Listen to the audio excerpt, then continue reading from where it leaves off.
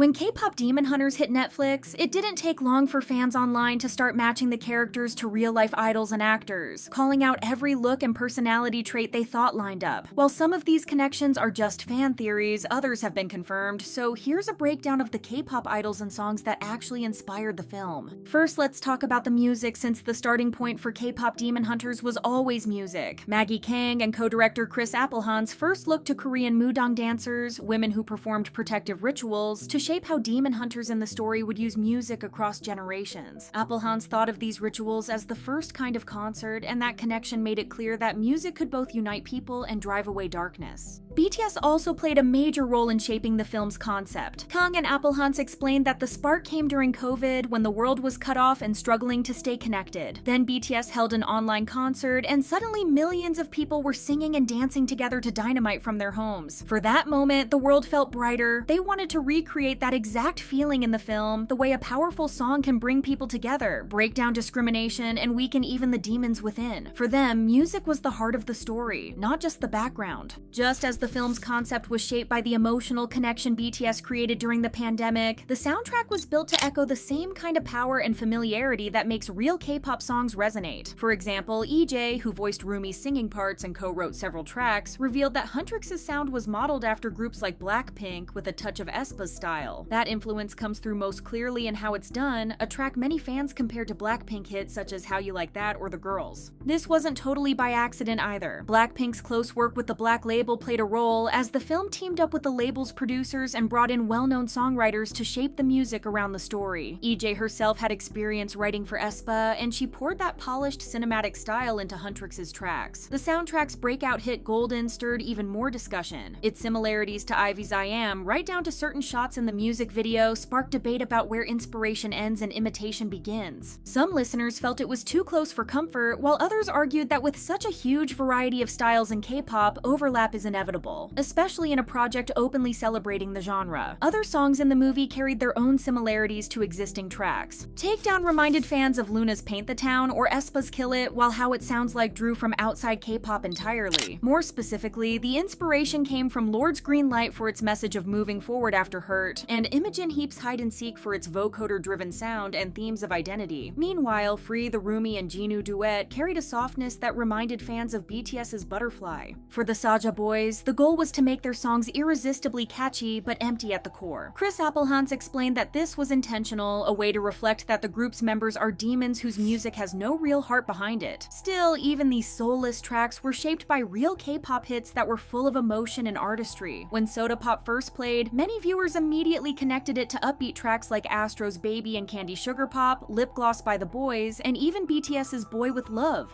Your Idol had even clearer inspiration behind it. EJ shared that it was heavily inspired by EXO's hit songs Mama and Obsession. According to her, the lyrics explore the Saja boys' desire to control their fans entirely, turning devotion into something unsettling. EJ noted that if a real group sang I'll Be Your Idol, it would probably come across as sweet, but here she wanted it to feel twisted. To achieve that, she layered in eerie choral harmonies modeled after the cathedral-like choir in Mama, creating the sense of a warped place of worship where the idols themselves are the gods. In regard to this revelation, one commenter wrote, "The chants and beats are reminiscent of Mama. The rap flow is similar to Chanyeol in Obsession. The pink-purple lighting is like Monster MV chorus." Additionally, it's possible that some of the characters were loosely based on real-life idols as well. As you know though, the story in the movie actually traces back further, starting with the older generations of hunters, who also seem to be inspired by real singers. The third generation, for instance, is believed to have been modeled after the Kim sisters, a South Korean female trio who rose to fame in the US during the 1950s and 60s. Moving forward in the timeline, the Sunlight Sisters, the group Celine, Rumi's caretaker, was part of, seem to bear a lot of similarities to SES, even matching the group's signature hairstyles. Bada herself, who was a member of SES, once posted a side-by-side collage on social media pointing out the uncanny likeness, complete with the same distinctive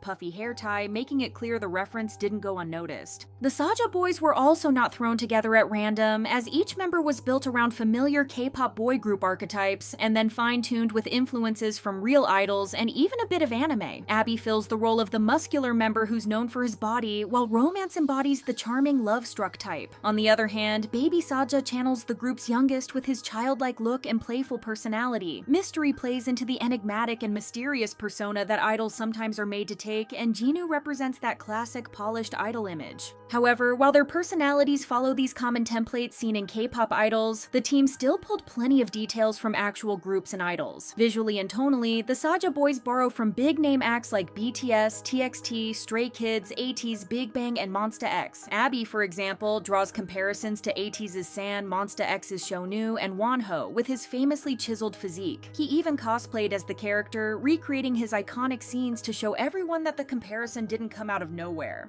While there's debate about who the character was inspired by, Abby's very first abs reveal scene was reportedly modeled after Stray Kids' Hyunjin in his Artist of the Month performance. Mystery's design has been confirmed to lean more toward anime influences, specifically the mysterious characters like Undertaker from Black Butler and Osamu Dazai from Bungo Stray Dogs, both known for their signature face-obscuring haircuts. That said, fans have also connected him to K-pop idols such as Only One of's Junji, who styled his hair over his eyes as a marketing gimmick to get his group on the map, and Big Bang's Daesung, who had a similar look in 2015 and even later on. Romance's inspiration is a little easier to trace. According to Fast Paper magazine, his style came directly from TXT's Yeonjun, especially the hairstyle Yeonjun wore during the Blue Hour era. Early concept art from Ami Thompson, the film's art director, even shows him in one of Yeonjun's actual outfits, leaving little doubt about the reference. Baby Saja, on the other hand, was designed with one very specific requirement: he had to be impossibly cute. For that, the artist turned almost entirely to BTS's Jimin, using him as a reference not just for Baby Saja's sweetness, but for Romance's look as well. In fact, Jimin's influence is all over their concept art. A lot of people also thought that Baby Saja was inspired by BTS Suga as well, probably because of the blue hair and the concept of the rapper looking cute and soft, but also being fierce. So in the end, the Saja boys are a mix of recognizable K-pop tropes, carefully selected real-life influences, and stylized anime touches, leading to characters that feel familiar but still distinct enough to stand on their own. Building on those idol influences, the animators also drew from more recent groups to shape the Saja boys' overall presence. Stray Kids and ATEEZ, with their bold stage personas and intense, often theatrical choreography, played a big part in how the group's high-energy performances came to life. This style blended perfectly with the supernatural combat elements worked into their routines, making the dance scenes feel like a mix of a live K-pop stage and an action sequence. Their performance of Your Idol, for instance, carries a striking resemblance to ATEEZ's in Your Fantasy stages. When it came to giving the younger members their charm, TXT became the key reference, with their unique mix of softness and edge adding layers to characters who look sweet but carry a playful, mischievous side. Jinu is the member who carries that timeless, polished look that sets him apart from the rest, and while fans have compared him to plenty of idols, from Monsta X's Kaehyun and Jungkook to TXT's Soobin and even Rowoon, the creators have been open about who actually inspired him. Director Kang and Appelhans have both said that his striking visuals and charm were modeled after Astro's Cha Eun-woo and actor Nam Joo-hyuk. Adding another layer to the resemblance, the K-drama actor Ahn Hyo-seop, who provided Jinu's voice, happens to share several of the same physical features as the character he plays. For Huntrix, Kang wanted each member to stand out in a way that went far beyond just giving them different hair colors. She made sure every character had their own unique presence, shaping them through distinct facial features, posture, and emotional expression. Rumi embodies a graceful, classic Korean beauty, Mira is tall and lean with a sophisticated sense of style, and Zoe radiates a playful, youthful energy that fits the baby member role often seen in K-pop groups. Mira, who became one of the most popular characters in the film, was directly modeled after Korean model An So-yeon, whose bold, fashion-forward image was key to bringing the character's elegance to life. Kang has admitted to being a fan of So-yeon, and the resemblance is clear once you see them side by side. Zoe's design was shaped with a cute, idol-like vibe in mind, and while many K-pop stars influenced her look, she's often compared to Twice's Chaeyoung and LE SSERAFIM's Chaewon. Rumi's inspiration also came from multiple idols, with fans pointing out similarities to BLACKPINK's Jennie during the Kill This Love era, ITZY's Ryujin and Yeji, aespa's Karina, and even Twice's Jihyo. There were also similarities with 21 if you haven't noticed them already. According to Grazia Singapore, the concept of Huntrix in general drew inspiration from the YG group, especially capturing the energy and striking visuals of their surprise performance at the 2015 Mama Awards. Looking at their outfits and performances side by side, you can definitely see that 21 was on the inspiration board, and the KPop Demon Hunters team did them justice. So who do you think the characters resemble? Drop your guesses in the comments, and thanks for tuning in.